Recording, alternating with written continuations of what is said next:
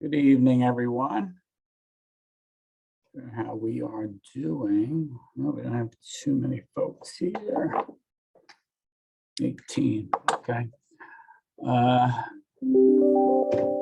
Good evening, everyone. I see that we're all muted, which is wonderful. If you could all please just stay muted. And then after I say a few words, if you have questions or comments, I'd be happy to address any and all of them for you this evening. Thanks for joining me this evening. I hope you and your families are doing well and that you're enjoying your last days of summer. School starts for staff in less than a week, and students returning on Wednesday the 1st. So we're looking forward to seeing all of your youngsters back at school.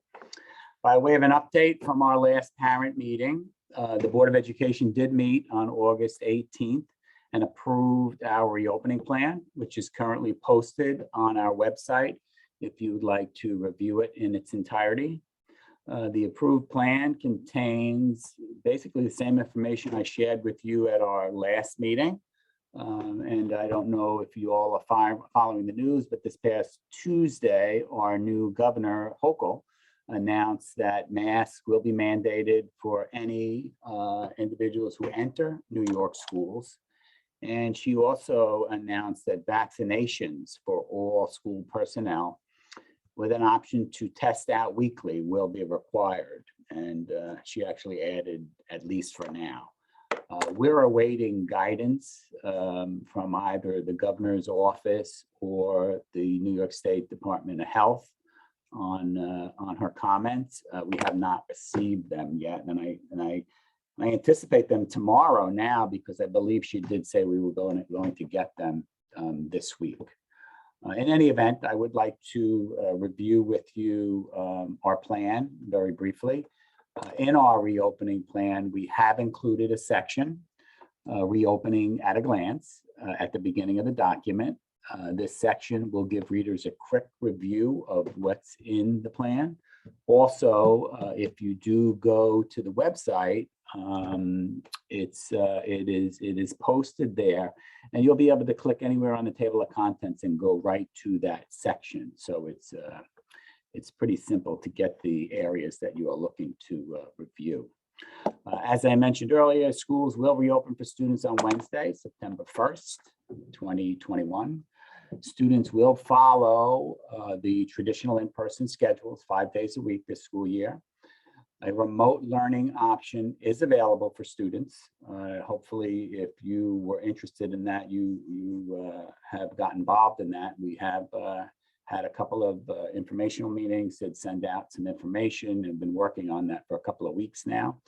But that remote option is available for students with a documented medical condition that has prohibited the safe return to in-person instruction, or where students who have otherwise struggled have excelled with remote learning.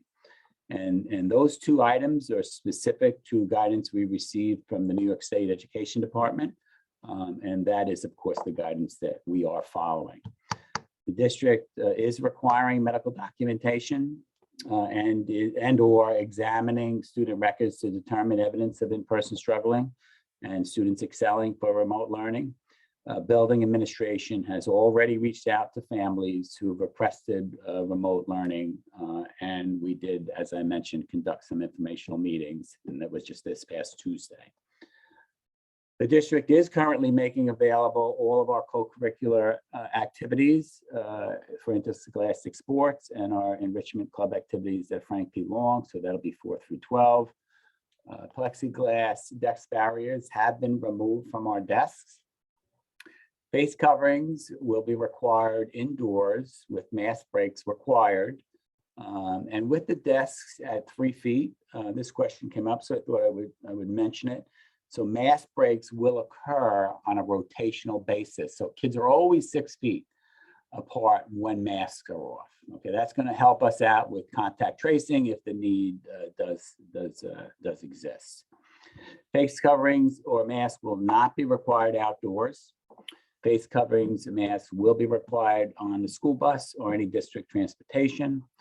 We will continue to do the daily attestations for students and staff. Temperature checks will continue to occur upon entry to any building.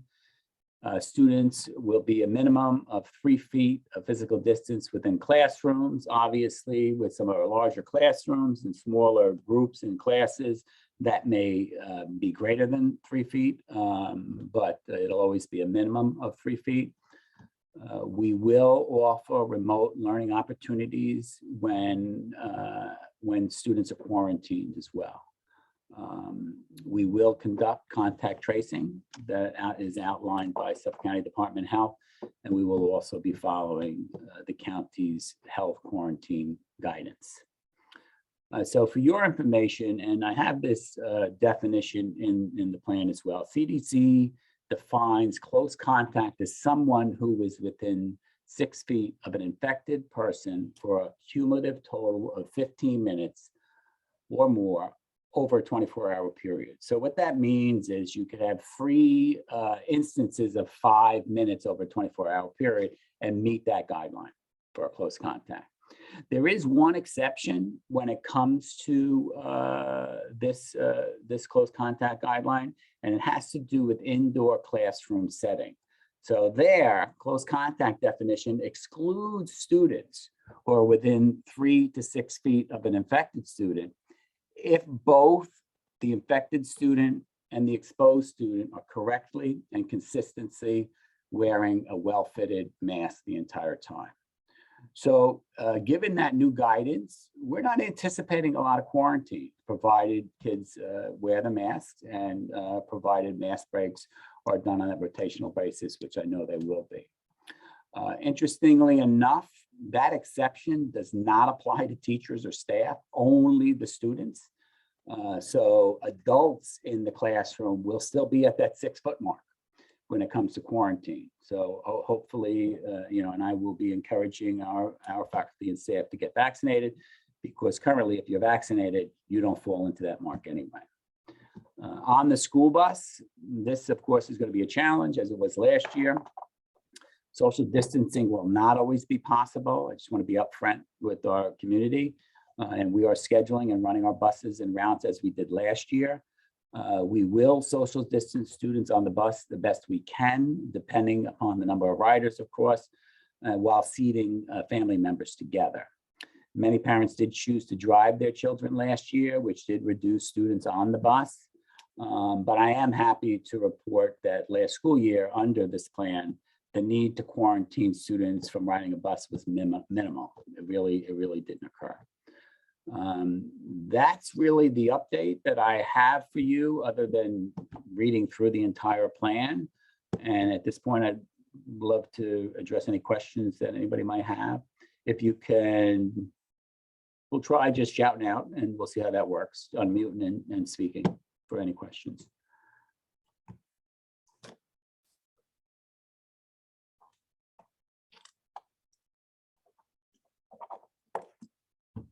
No questions?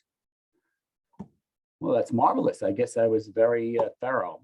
Well, you know what? I'll throw a couple of more things in while I'm here and thinking about it. Chromebooks will be distributed over the first 2 weeks of school for in-person folks. Remote learners, we're going to be scheduling a pickup on Thursday, September 2nd at central office. As last year, meals, free breakfast and lunch is available for all students, and that'll be in school. And in addition, remote learners will have breakfast and lunch, and that'll be picked up at high school on Wednesdays, as we did last year. So we're really excited to continue to be able to provide those services to our families. And I think that's all I have, unless there's a question. Dr. Gianni, I do have a question. You mentioned meals. Where can we find, like, I guess the menu? That's a good question. I think we post those once school starts. Okay. But let me, obviously we don't have those posted yet, but I will look into that and make sure they are available. Okay. Great. Thank you so much. You're welcome. Okay, folks. I just had a question. I apologize. That's okay. My daughter was homeschooled for the last year and a half, and she does have the Chromebook. Should she bring that in the first day? Uh, She has the Chromebook, She does. and what's the grade? She's going into 11. She's going to 11. So 11th graders, I'm glad you asked the question.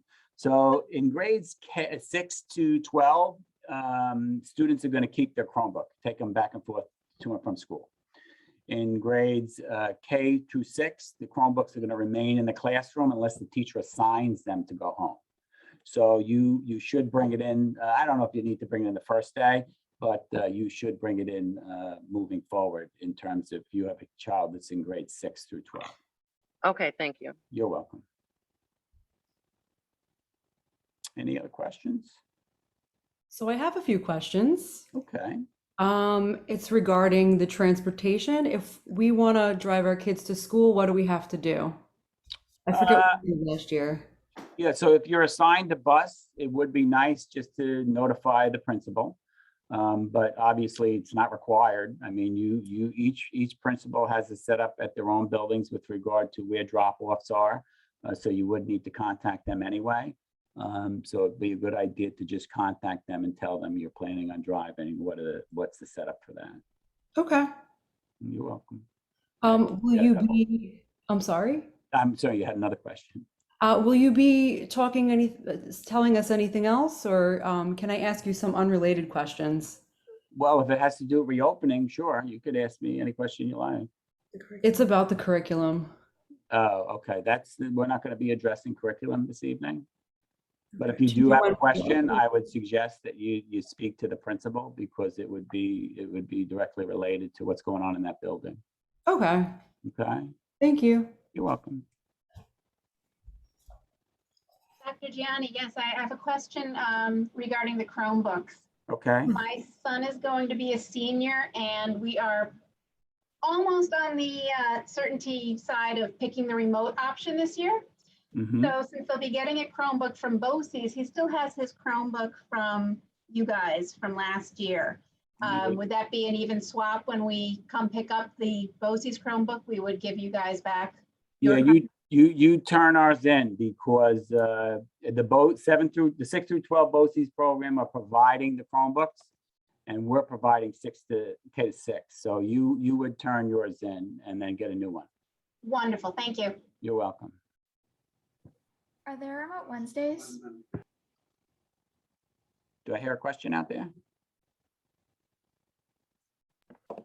Are there remote Wednesdays? No, 5 days a week in person.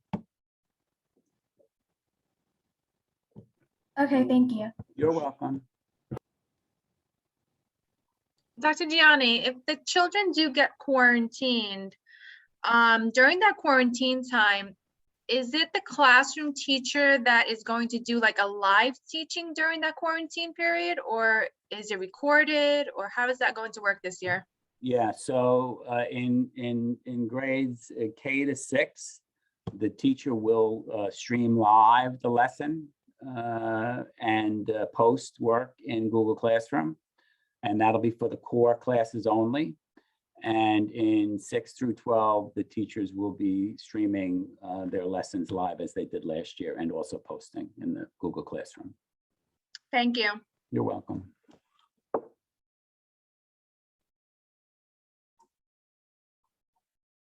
Any other questions? Dr. Gianni, Or yes, if your child is out sick, will they be able to do remote learning?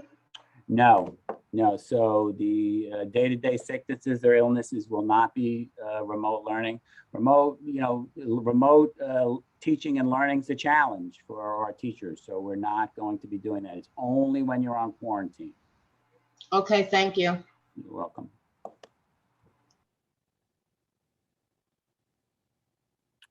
Any others?